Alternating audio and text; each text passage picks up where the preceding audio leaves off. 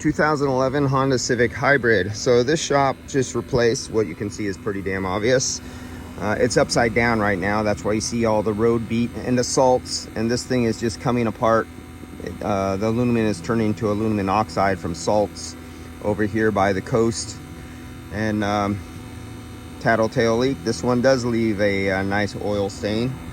It has, for service, a easily replaceable receiver dryer. Very easy to replace.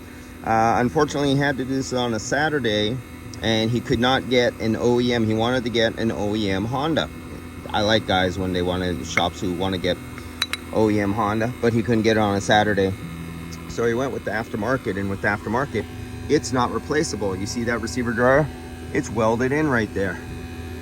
Everything is welded in. You can't service it. Well, we know most people don't service them anyway, but it is a serviceable part that should be serviced, especially on this Honda.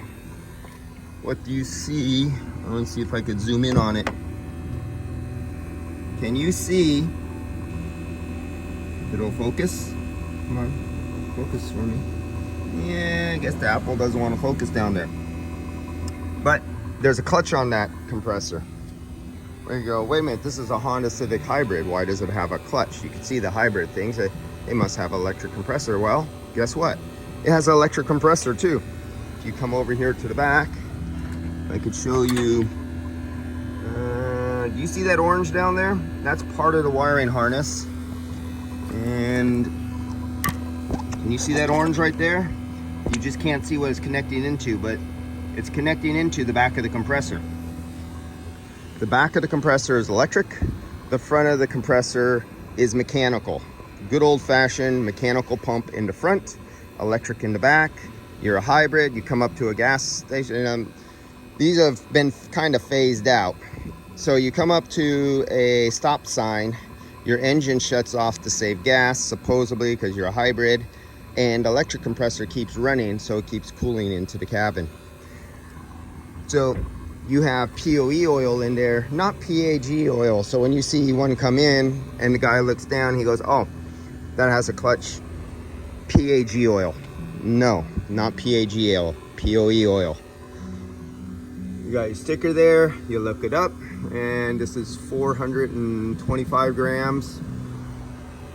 Another thing, the shop owner here said, well, since we're putting in an aftermarket condenser, he was putting in, it's not in yet, just placed in by finger, but he's gonna have a glue, and these are gonna get glued in like this to plug this up and stop the air from being pulled in like this. They did a pretty good job over here. He's gonna put one right here to stop this, because this is a wraparound point right there. The bottom is really tight. The cushion, what the hell is it? The gasket material on the bottom is still here. It's attached to the bottom. It wasn't on the old condenser. So that is airtight seal. There is no gap under there.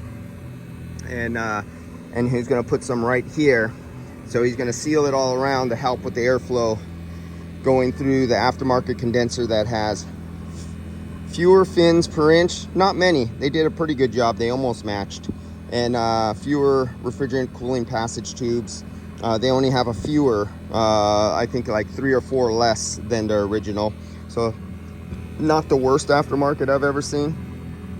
And but the owner already thought about that. He goes, well, I'm gonna help increase the airflow because it's a sucky aftermarket condenser anyway. So he puts this stuff around his condensers for his customers.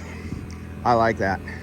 That's somebody who's actually thinking about his customers. He's really high on overkill. He's been in business for like 40 years. So he was started by himself, then had a few guys, and now he's ready. He's approaching retirement. Now he works for fun and just enjoyment, and he doesn't have to work anymore. So he wants every one of his jobs on everything he does to be the best he can do, above and beyond. And that's a rare breed inside this business. See you guys going later.